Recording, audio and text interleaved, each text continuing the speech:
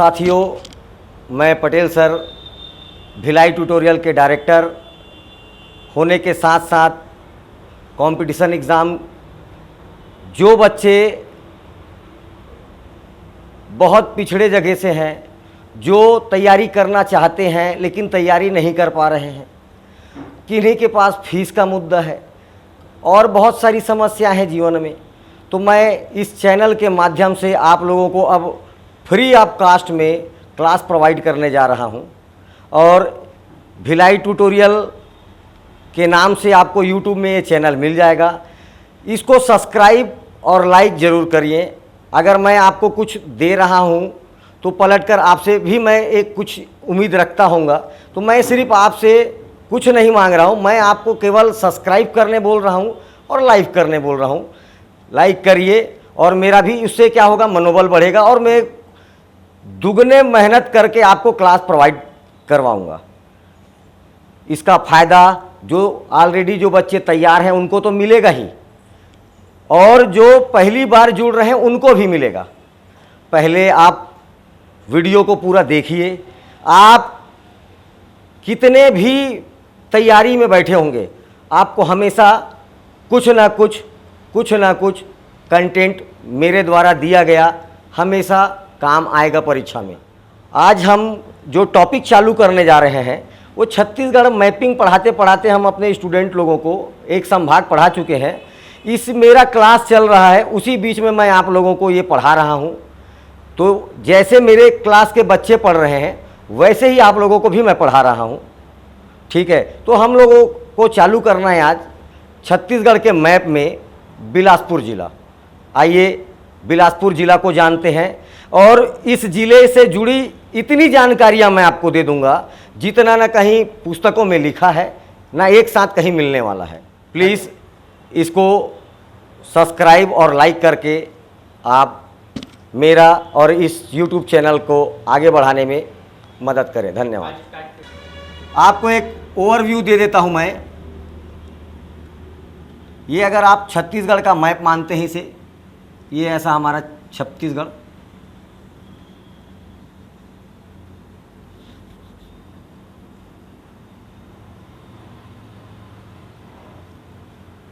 तो इस छत्तीसगढ़ में कुल 5 संभाग हैं। इसमें से ये सरगुजा संभाग और ये बिलासपुर संभाग। सरगुजा संभाग, बिलासपुर संभाग, बिलासपुर संभाग के मुंगेली जिला, गौरेला पेंड्रा मरवाही, ये बिलासपुर, ये कोरबा, जांजगीर चांपा और ये रायगढ़। आपको तो पहले ऐसे काटने आना चाहिए मैप को। इससे क्या होगा, आप इसका आउटर एक क्वेश्चन परीक्षाओं में पहला क्वेश्चन यही आएगा कि बिलासपुर जिला की सीमा किन किन जिलों को टच करती है। तो आपको पहले तो ये काटने आना है कि कहाँ से मैप को काटना है, ऐसे ही काटना है। दूसरा चीज़ ऊपर में याद रखना है आपको, ये जो कोरिया है, ये जो कोरिया है ये कोरबा को टच करेगा। मतलब सिर्फ कोरिया जिला, बिलासपुर के गौरेला पेंड्रा मरवाही से केवल और केवल एक कोरिया ऊपर का संभाग में कोरिया जिला ही टच करता है और ये बाकी सीमाएं कोरबा के साथ बनाएगी। आगे चल, ये ऊपर हुआ, हमको क्या पढ़ना है, बिलासपुर, ये याद रखिए, कमरधा, बेमेतरा और ये पूरा बलौदा बाजार यहाँ तक।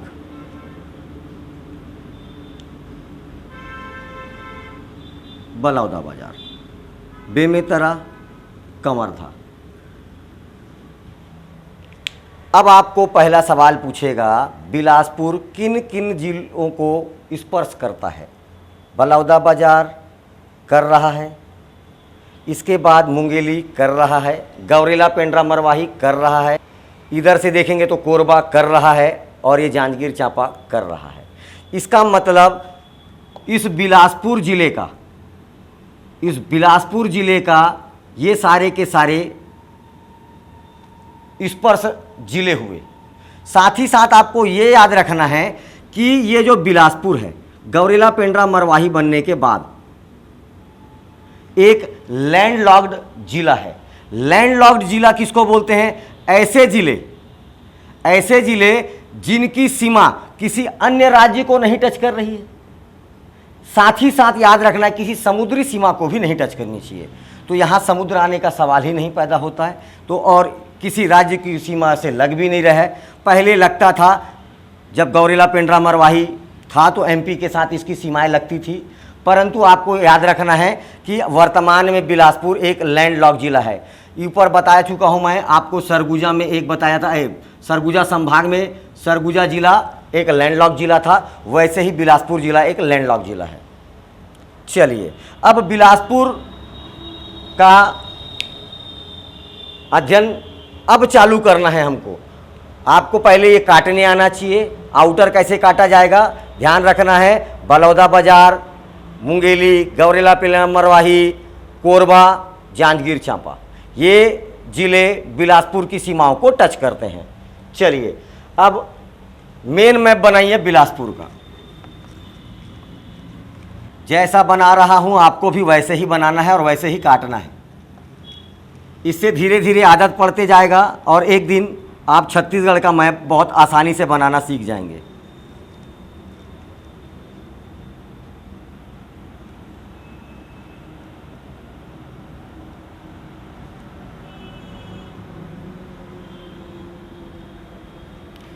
इसीलिए बड़ा बनाया हूं ताकि आपको जो लोकेशन है वो स्पष्ट दिखाई दे सके।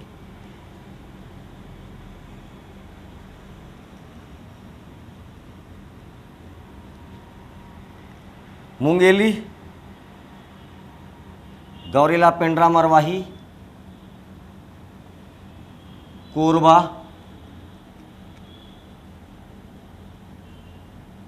और जांजगीर चांपा। बिलासपुर पढ़ने से पहले जैसे मैं इसके आउटर बताया वैसे ही आपको कुछ नदियां जाननी हैं। जैसे मुंगेली लोरमी का पठार, यहां से मनियारी नदी एक, कोरबा दीपका पठार से लीलागर नदी,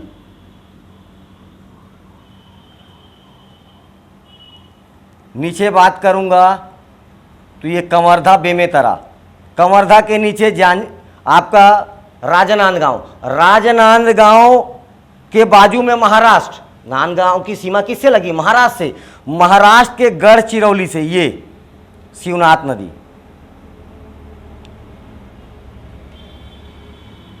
ये जांजगीर चांपा में यहां तक शिवरी नारायण, जगह का नाम याद रखना है। आज धीरे धीरे बातें जुड़ती जाएगी।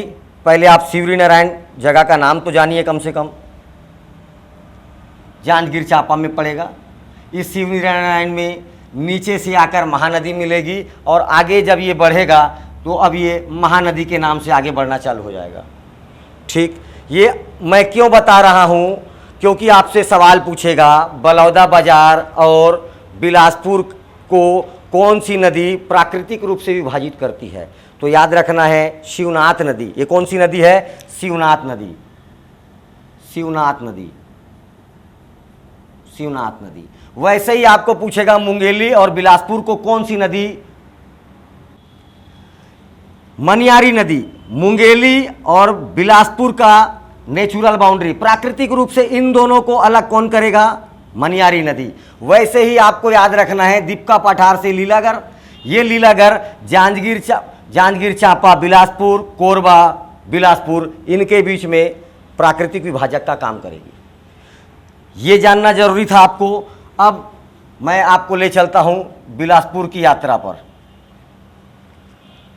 जबलपुर से ये रोड छत्तीसगढ़ में एंट्री करेगा, मंडला होते हुए चिल्फी घाटी को क्रॉस करके कंवर्धा, बेमेतरा, इसके बाद ये पहुंचेगा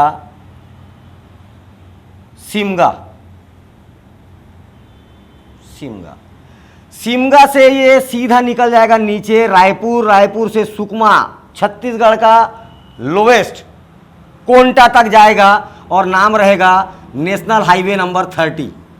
ये 30 नंबर की सड़क है, NH30, सिमगा से कहां तक? कोंटा तक। लेकिन सिमगा जंक्शन से अगर ये रोड ऊपर जाती है,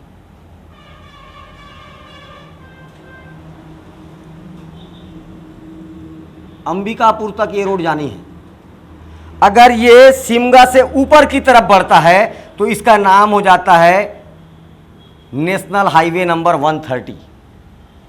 नेशनल हाईवे नंबर 130 में आप सिमगा से आगे आएंगे तो सबसे पहले आपको शिवनाथ नदी क्रॉस करना पड़ेगा। ये शिवनाथ नदी क्रॉस हुई, शिवनाथ नदी क्रॉस करें तो मुंगेली जिला का एक जगह पड़ेगा सरगांव। इसके बाद फिर आपको मनियारी नदी क्रॉस होगी। मनियारी नदी जैसे क्रॉस हुई आप पहुंचेंगे तालागांव। तालागांव से आगे जाएंगे तो आपको पड़ेगा बिल्हा। बिल्हा से आगे जाएंगे आपको जगह पड़ेगा हिर्री। हिर्री से आगे जाएंगे जगह पड़ेगा चकरभाटा। चकरभाटा से आगे जाएंगे जगह पड़ेगा बोदरी। बोदरी से आगे सिरगिट्टी, तिफरा, अब पहुंचेंगे आप बिलासपुर। ये सारे मैं हजारों जगह होंगे, लेकिन मैं इतने में इतने को ही लिखा हूं, मतलब ये as a exam point of view ये सारे काम के जगह है। इस बिलासपुर से सीधा जांजगीर चांपा के लिए रायगढ़ होते हुए उड़ीसा, ये है NH49, नेशनल हाईवे नंबर 49।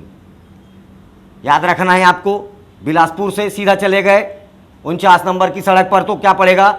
पहले चांपा, फिर रायगढ़, आगे उड़ीसा। ये एक ऐसा एक और रोड है, इसको बोलते हैं रिंग रोड नंबर 1। सिरगिट्टी से ढेका, जगह का नाम है ढेका। इस रोड पर जाओगे तो एक जगह पड़ेगा सिलपहरी और एक जगह पड़ेगा दगोरी। सिरगिट्टी से सिलपहरी, दगोरी, उसके बाद ढेका। अब मैं आपको बता रहा हूँ, सिरगिट्टी, तिफरा, सिलपहरी और दगोरी ये चारों के चारों बिलासपुर के इंडस्ट्रियल एरिया हैं। 50 बार सवाल पूछ चुका है, इनमें से कौन सा बिलासपुर का इंडस्ट्रियल एरिया है, इनमें से कौन सा बिलासपुर का इंडस्ट्रियल एरिया नहीं है। ओके, ऐसे भी आ सकते हैं। ये ढेका, ढेका से अगर इस रोड पर चलता हूँ मैं, यहाँ पर फेमस जगह पड़ेगा मस्तूरी। हमारे लक्ष्मण मस्तूरिया जी का जन्म स्थान है यहाँ पर। साथ साथ याद रखना है ये एक तहसील भी और विकास खंड भी है। अगर इन दोनों के बीच से एक और सड़क गया है, ये भी कोरबा निकलता है, इस रोड पर जाएंगे तो हमको पड़ेगा पहले NTPC, उसके बाद पड़ेगा लुथरा शरीफ। पहले आप नाम जानिए, इसका सारा का सारा विवरण मैं दे रहा हूँ। और अगर ये 130 नंबर की सड़क पर आगे जाएंगे तो यहाँ पर पड़ेगा कोनी, कोनी के बाद पड़ेगा रतनपुर और रतनपुर के बाद पड़ेगा बेलगहना। इस रोड पर मस्तूरी, ढेका, मस्तूरी से नीचे एक सड़क कटती है। मस्तूरी से नीचे एक सड़क कट रहा है। मस्तूरी से नीचे इस सड़क पर बहुत फेमस जगह याद रखना आपको, मल्हार। जगह का नाम मल्हार, बहुत इंपॉर्टेंट प्लेस है, पुरातात्विक स्थल है। जब मल्हार आते रहेंगे तो यहीं पर एक और जगह का नाम याद रखना है, चिल्हाटी। और इस मल्हार के पास ही याद रखना है आपको बूढ़ी खार। जगह का नाम है बूढ़ी खार। आप लोगों के लिए इंग्लिश मीडियम हो चाहे हिंदी मीडियम हो, बूढ़ी खार को बूढ़ी खार ही बोलना है, ठीक है। बूढ़ी अब ओल्ड लेडी और खार मतलब तुम्हारा खेत नहीं बोलना है, बूढ़ी खार। गांव के लोग खार मतलब खेत खार बोलते हैं ना, वैसे ही बूढ़ी खार याद रखना है। ओके, चलिए, तो ये इंपॉर्टेंट प्लेस इधर के। दूसरा बात याद रखना है आपको, इस बिलासपुर से मुंगेली से फिर कंवर था। ये आपका मुंगेली जिला मुख्यालय मुंगेली। इस रोड पर आओगे तो आपको एक जगह पड़ेगा सकरी। सकरी के आगे जस्ट आओगे, बहुत फेमस चिड़ियाघर पड़ेगा, कानन पेंडारी, जगह का नाम है कानन पेंडारी। और इसके आगे आओगे तो पड़ेगा तखतपुर, तहसील है ये, और इसके आगे बेलपान, जगह का नाम। मैं सिर्फ आपको जगह का नाम बता रहा हूं अभी। बिलासपुर से 130A, ये भी एक नेशनल हाईवे को पकड़कर आप कहाँ आ सकते हैं। सबसे पहले सकरी, सकरी के बाद कानन पेंडारी, उसके बाद आप पहुंचोगे तखतपुर, फिर आप पहुंचोगे बेलपान, और ये फिर मनियारी नदी क्रॉस करके मुंगेली। अगर आपको इस रोड पर ना जाकर के ऊपर जाना है तो इस सकरी से डायरेक्ट एक और रोड ऊपर गया है मनेन्द्रगढ़ के लिए, गौरेला पेंड्रा मरवाही होते हुए। तो बीच में पड़ेगा कोटा और उसके ऊपर पड़ेगा बेलतरा। दोनों जगह नाम जानना है, इम्पॉर्टेंट है। तहसील है दोनों के दोनों तहसील हैं, और बेलगहना विकासखंड नहीं है। तो ये इतने इम्पॉर्टेंट जगह आपको बिलासपुर में जानने हैं। अब आपको एक एक स्पॉट का इम्पॉर्टेंस जानना है। जैसे 30 नंबर की सड़क पर मैं सिमगा से आगे बढ़ा, शिवनाथ नदी क्रॉस होने के बाद सबसे पहला जगह पड़ा क्या, ये मुंगेली जिला में सरगांव, धूमेश्वर महादेव मंदिर। मैं सारा चीज मुंगेली में पढ़ा दिया था। अब आप पार करेंगे मनियारी नदी। मनियारी नदी क्रॉस करके सबसे पहले पहुंचेंगे ताला गांव। तो आपको जब भी ताला गांव बोलना है तो ताला गांव नहीं बोलना है, अमेरी कापा ताला गांव, नाम क्लियर बोलना है, अमेरी कापा ताला गांव। क्योंकि पूछा हुआ था अमेरी कापा नाम का जगह कहाँ है, इसीलिए आपको याद रखना है। मनियारी नदी के तट पर है, ये भी याद रखना है। पहला बात, मनियारी नदी के तट पर अमेरी कापा गांव, ताला गांव, ठीक है। यहां अब अच्छा, इसको जानना क्यों इतना इंपॉर्टेंट है। यहां पर 6वीं शताब्दी का देरानी जेठानी का मंदिर, देरानी जेठानी का मंदिर पूरे छत्तीसगढ़ का सबसे प्राचीन मंदिर है।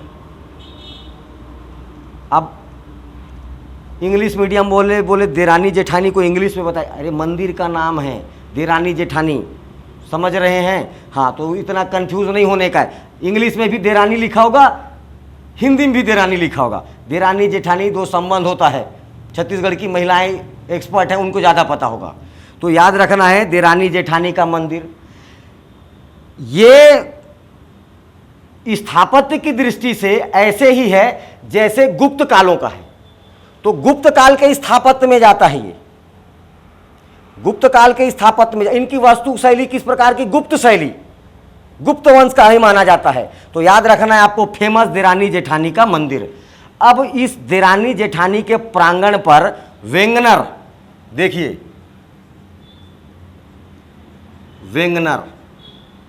वेंगनर नामक पुरातत्ववेत्ता ने खोदाई किया।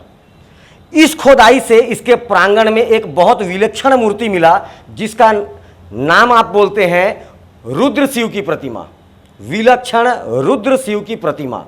ये रुद्र शिव की प्रतिमा अलग अलग 11 जीवों, उसके शरीर में अलग अलग 11 जीवों से मिलकर वो रुद्र शिव की प्रतिमा बनी है। इसीलिए ये तंत्र मंत्र विद्या का बहुत अच्छा केंद्र है। जितने आपके तांत्रिक हैं, बाबा जिनका आप प्रसाद खाते हैं, प्रसाद खाइए डिप्टी कलेक्टर, है ना, प्रसाद खाइए डिप्टी तो ये सारे जाइए यहाँ पर, बढ़िया प्रणाम कीजिए, प्रसाद खाइए डिप्टी कलेक्टर। मेहनत करने से तो अच्छा है, लेकिन ऐसा होता नहीं है। ठीक है, आप लाख प्रसाद खाइए, जब तक आप पढ़ेंगे नहीं बनेंगे नहीं। तो याद रखना है रुद्र शिव की प्रतिमा, विलक्षण मूर्ति, 11 जीवों के अंगों से बना हुआ है। इसीलिए इस सवाल को बार बार पीएससी वाला पूछता है। विलक्षण शिव का जो मूर्ति है वो 6 टन वजनी है और 8 फीट लंबा है। साथ ही साथ इसका नाक घड़ियाल का है, तो हाथों पर सांप है, ऐसे ऐसे हर एक जगह पर अलग अलग जीवों का चित्रांकन है। कहीं पर मगरमच्छ है, कहीं पर चूहा है। तो ऐसे ऐसे 11 जीव मिलकर या 11 जीवों का अंकन उस मूर्ति पर है। तो ये है विलक्षण रुद्र शिव। याद रखना है, ये है ताला गांव। आगे आइए, अब इस रोड पर आगे चलते हैं, अंबिकापुर तक जाना है आपको अभी तो। बिल्हा, बिल्हा याद रखना है एक तहसील है, विकास खंड है, और साथ साथ याद रखना है इस बिलासपुर जिले का या बिलासपुर तहसील का भी विकास खंड बिल्हा ही चलता है। इसीलिए ये क्वेश्चन बार बार पीएससी पूछता है कि छत्तीसगढ़ का सबसे बड़ा विकास खंड कौन सा है, तो याद रखना है आपको बिल्हा विकास खंड छत्तीसगढ़ का सबसे बड़ा विकास खंड है। ओके, चलिए आगे चलेंगे। हिर्री, हिर्री ये अपने हिर्री जगह का नाम है, हिर्री माइंस। हिर्री माइंस ये डोलोमाइट का माइंस है। आपसे यही पूछा जाएगा हिर्री किस लिए प्रसिद्ध है। हिर्री में डोलोमाइट का बहुत बड़ा माइंस है, और साथ में याद रखना है हिर्री में डोलोमाइट के डिपॉजिट भी हैं, भंडार। ओके, ये हिर्री माइंस। हिर्री माइंस के आगे जाएंगे तो चकरभाठा। चकरभाठा से याद रखना है, चकरभाठा में राज्य में कुल 10 हवाई पट्टियां हैं। 10 हवाई पट्टी में एक हवाई पट्टी है चकरभाठा में, फर्स्ट पॉइंट। सेकंड पॉइंट याद रखना है, इसमें जो एयरपोर्ट बनाया गया है उस एयरपोर्ट का नाम बिलासाबाई केवटिन के नाम से रखा गया है। इसका नाम है बिलासाबाई केवटिन एयरपोर्ट। ओके, साथ ही साथ याद रखना है इस चकरभाठा में सैनिक छावनी प्रस्तावित है। सैनिक छावनी बोलने का मतलब कंटेनमेंट एरिया। ये जब अपन नगरीय निकाय पढ़ेंगे उसमें बताऊंगा, नगरीय निकायों में अलग अलग कैटेगराइज किया गया है, नगर निगम, वैसे ही एक होता है कंटेनमेंट जोन। ठीक है, तो सैनिक छावनी याद रखना है। कहाँ प्रस्तावित है छत्तीसगढ़ का पहला? चकरभाठा में। ओके, इसके आगे जाएंगे तो पड़ेगा बोदरी। बोदरी में छत्तीसगढ़ का हाई कोर्ट है। इस बोदरी में छत्तीसगढ़ का क्या है? हाई कोर्ट है। हाई कोर्ट का जो बिल्डिंग है, पहला बात तो ये है टोटल ये 19वें क्रम का 19th नंबर का हाई कोर्ट है छत्तीसगढ़ का, पहला बात। वर्तमान में यहाँ पर जजों की संख्या 14 है। 14 में से एक मुख्य न्यायाधीश और 13 अन्य न्यायाधीश या न्यायाधीश। ठीक है, अभी जो मुख्य न्यायाधीश है वो एक कार्यवाहक है, मतलब एक्टिंग चीफ जस्टिस, जिसका नाम याद रखना है प्रशांत कुमार मिश्रा। ओके, और 13 अन्य न्यायाधीश। इन 13 को भी और कैरेक्टराइज करोगे तो इसमें से 11 मेल हैं और 2 फीमेल हैं। ये करेंट अफेयर का मुद्दा है, लेकिन आपको याद रखना है कि 2 जज हैं जो महिला है। ओके, तो याद रखना है 19वें क्रम का हाई कोर्ट है, बोदरी में है। और इस हाई कोर्ट का जो भवन है ये पूरे एशिया का सबसे बड़ा बिल्डिंग है और सबसे बड़ा हाई कोर्ट बिल्डिंग है ये। ओके, ये हो गया आपका बोदरी। बोदरी से आगे जाएंगे Sirgitti. Sirgitti industrial area, Tifra industrial area. फिर आप पहुंचेंगे बिलासपुर। बिलासपुर, बिलासपुर शहर का नाम बिलासाबाई केवटिन के नाम से रखा गया। बिलासाबाई केवटिन के नाम से ही इस जगह का नाम क्या रखा गया? बिलासपुर। पहली बार 1795 के बिलासपुर गजेटियर में छत्तीसगढ़ शब्द का पहली बार एथेंटिक रूप से वर्णन कहाँ पर हुआ था? बिलासपुर गजेटियर। ईयर याद रखना है 1795। साथ ही साथ याद रखना है आपको बिलासपुर 1861 में जिला बनता है। बिलासपुर को 1956 में एक संभाग का दर्जा मिलेगा। अगर नगरीय निकायों की बात करूंगा तो यहाँ पर 1981 से नगर निगम है। मैं आपको क्लियर बोल रहा हूँ, नगर निगम है। नगर पालिका की बात करोगे तो 1867 से है। 1867 से यहाँ पर नगर पालिका है, लेकिन नगर निगम का दर्जा कब मिला? 1981। क्लियर, याद रखना है आपको। ओके, बिलासपुर SECL का मुख्यालय, NTPC का सेकंड मुख्यालय, SECL का मुख्यालय बिलासपुर में, NTPC का दूसरा मुख्यालय है कोरबा के बाद बिलासपुर। अगर SECL की बात करूंगा, साउथ ईस्टर्न कोलफील्ड लिमिटेड, और NTPC मतलब national thermal power corporation of India. NTPC जो इसका काम है बिजली उत्पन्न करना, बिजली बनाते हैं लोग, ठीक है, पावर। तो NTPC का सेकंड मुख्यालय यहां पर है। यहां पर 2980 मेगावाट बिजली पैदा होती है। खैर आगे बताए भी रहता मैं, चलिए कोई बात नहीं। यहां पर बिलासपुर यूनिवर्सिटी का नाम बदलकर अभी अटल बिहारी वाजपेयी के नाम से अटल बिहारी वाजपेयी यूनिवर्सिटी कर दिया गया है। यहीं पर गुरु घासीदास सेंट्रल यूनिवर्सिटी है, यहीं पर आपका सिम्स है, यहीं पर आपका कैंसर के लिए जो हॉस्पिटल है आपका, जैसे एम्स वैसी सिम्स। तो याद रखना है बिलासपुर। दूसरा, पहला बात याद रखना, बिलासपुर का जो रेल मंडल है, बिलासपुर में रेलवे जोन है, 16वां नंबर का रेलवे जोन है। दूसरा बात, SECR south eastern central railway, दक्षिण पूर्व मध्य रेलवे का मुख्यालय है। दूसरा बात याद रखना है, ये 16वां जोन है रेलवे का।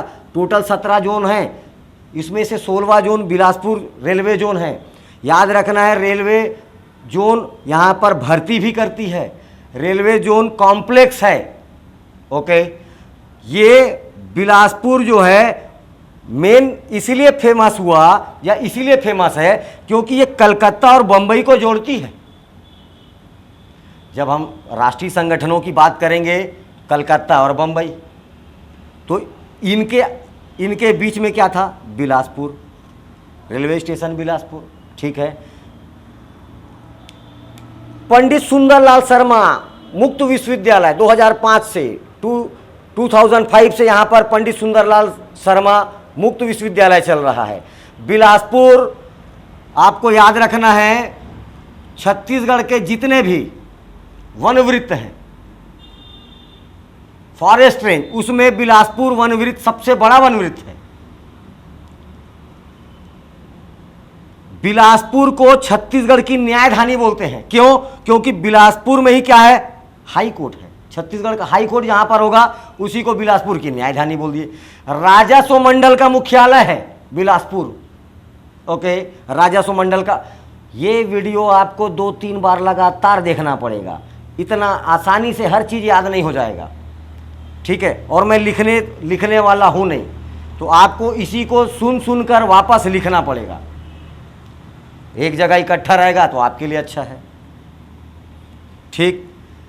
ये बिलासपुर ये आज 130 नंबर की सड़क खत्म कर देते हैं, ठीक है। इसके बाद आगे जाओगे कोनी से केवल 2 चीज़ याद रखना है। पहला, 1904 में कोनी ITI, 1904 कोनी ITI राज्य का पहला ITI। दूसरा बात याद रखना है GGU गुरु घासीदास यूनिवर्सिटी। आज छत्तीसगढ़ में केवल एक ही केंद्रीय विश्वविद्यालय है, वो है गुरु घासीदास केंद्रीय विश्वविद्यालय, सेंट्रल यूनिवर्सिटी है ये। बाकी सब राजकीय विश्वविद्यालय हैं, ये एकमात्र क्या है? Central university. इसकी स्थापना 1983 में ये बना और इसको 2009 में इसको सेंट्रल यूनिवर्सिटी का दर्जा प्राप्त हुआ। ओके, रतनपुर से आगे बेलतरा पड़ेगा। इस बेलतरा से आपको एक पर्सनालिटी जानना है, बद्रीधर दीवान। इस बेलतरा को उन्होंने अपना चुनाव क्षेत्र बनाया और यहाँ से जीत हासिल किया। और 2 बार, ये काम का बात, 2 बार छत्तीसगढ़ विधानसभा उपाध्यक्ष रहे हैं, इसलिए इनको जानना जरूरी है। वर्तमान में अब ये नहीं रहे, लेकिन जानना जरूरी था बेलतरा के बारे में। अब मैं इसको इसलिए छोड़ा स्किप करके क्योंकि रतनपुर अपने आप में बहुत कुछ है। ठीक, रतनपुर का निर्माण राजा रत्नदेव ने किया। पहला बात, राजा रत्नदेव से पहले तक कलचुरियों की राजधानी, मैं जब कोरबा पढ़ाऊंगा तब बताऊंगा, एक जगह का नाम तुम्माड़, जगह का नाम तुम्माड़ कलचुरियों की राजधानी हुई करती थी। वहाँ से राजधानी को रतनपुर राजा रत्नदेव लेके आए।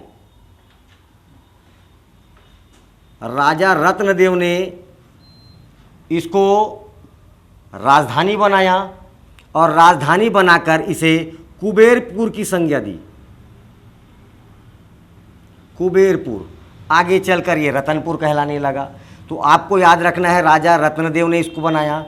राजा रत्नदेव बनाने के साथ साथ यहाँ पर आपके प्रसिद्ध महामाया देवी का मंदिर बनाया। अच्छा, ये एक सन पूछा हुआ है कि कब बनाया, तो आपको क्लियर याद रखना है 1050, ये सन पूछा हुआ है।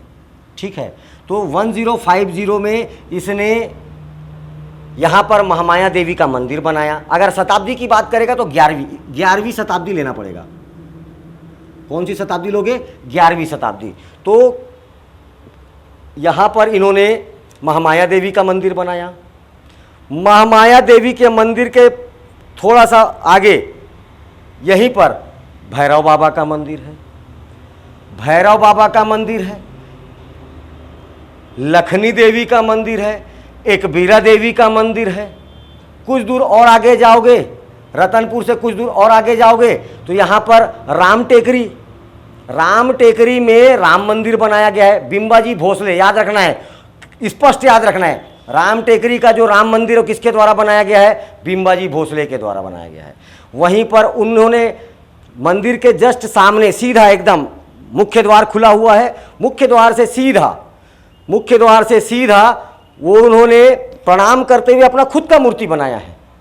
तो ये याद रखना है आपको, बिंबाजी भोसले मराठा शासक जिन्होंने राम टेकरी पहाड़ी के ऊपर में राम मंदिर बनवाया। चूंकि महाराष्ट्र में जैसे हमारे यहाँ प्रसिद्ध भगवान है, वैसी उन मराठियों का भी एक प्रसिद्ध भगवान है खंडोबा बाबा। तो ये आपको ये भी जानना है कि इस रतनपुर में खंडोबा बाबा का भी मंदिर है। एक बीरा मंदिर, लखनी देवी मंदिर, राम टेकरी, उसके साथ साथ महामाया मंदिर। और आपको जानना है ये जो इसका जो प्रवेश द्वार है, आप जाएंगे ना तो पहले प्रवेश द्वार पड़ेगा। प्रवेश द्वार, इस प्रवेश द्वार पर एक ऐसी मूर्ति, रावण की एक ऐसी मूर्ति स्थापित है जिसमें यह प्रतीत हो रहा है कि वो रावण अपने गले को काट रहा है। तो कई जगह लिख दिया गया है रावण की सिर विहीन मूर्ति कहाँ पाई गई, तो भी याद रखना है आपको, क्या? रतनपुर में। इसी रतनपुर के पास में यहाँ पर आपको रतनपुर के समीप ही एक किला है, फेमस किला, गज किला। व्यापम में 3 बार पूछ चुका है इसे, किसने बनवाया? तो आपको याद रखना है कलचुरी राजा राज सिंह ने यहां पर क्या बनाया है? गज किला। ठीक है, साथ ही साथ आपको यह भी याद रखना है इसी रतनपुर के समीप से ही एक फेमस नदी बहती है, खारंग नदी। कौन सी नदी? खारंग नदी।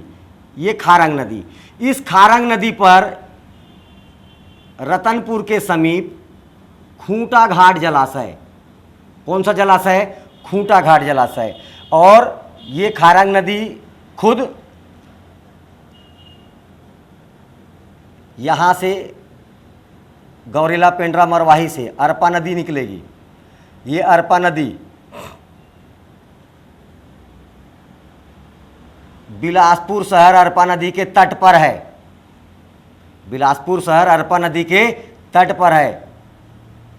बिलासपुर शहर के एकदम तट पर है। वो ये भी सवाल आजकल पूछता है, फलाना जगह किस नदी के तट पर है। ठीक है, तो अब एकदम, ये तो एकदम ऊपर से बहती है। कभी कभी कोई अगर 10-5 किलोमीटर के आसपास से भी कोई नदी अगर बहती है, जैसे धमतरी किस नदी के तट पर है, तो धमतरी महानदी के तट पर है।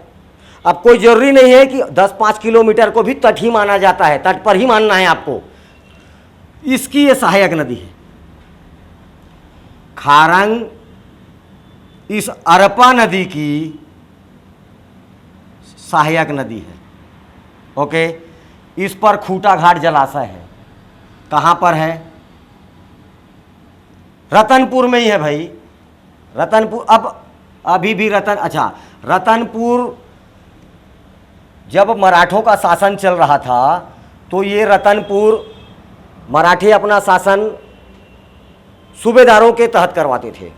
अब वो स्वयं नहीं आते थे, बोली लगाते थे कि कौन सा सूबेदार कितना ज़्यादा बोली लगाएगा उसको मैं वहाँ का छत्तीसगढ़ में राज करने के लिए भेज दूंगा। तो एक समय आया छत्तीसगढ़ में सूबा शासन चला, तो ये सूबेदारों का हेडक्वार्टर था। ये एक बार सवाल पूछा हुआ था कि सूबेदारों का राजधानी कौन सा था, ये रतनपुर याद रखना है। ओके, अगर आगे और बात करूं तो इस रतनपुर के बाद सीधा राजधानी बिलासपुर से रायपुर शिफ्ट होगा। कहाँ शिफ्ट होगा? रायपुर। 1818 में मेजर एगन्यू आएगा, अंग्रेज आएंगे, वो प्रशासनिक दृष्टि से राजधानी को चेंज करके कहाँ ले आते हैं? रायपुर। ये खत्म हुआ आपका 130 नंबर का सड़क, जो काम था आपको बिलासपुर जिले में। अब आपका 49 नंबर का सड़क और 130A नंबर की सड़क और ये स्टेट हाईवे नंबर 8, ये क्लास दूसरे वीडियो में आएगा, क्योंकि एक वीडियो में इतनी लंबी क्लास दे दिया, पहला क्लास था करके, ये छोटे छोटे पार्ट में आएगा। धन्यवाद, और याद रखिए चैनल को लाइक और सब्सक्राइब बस जरूर कर दीजिएगा। धन्यवाद।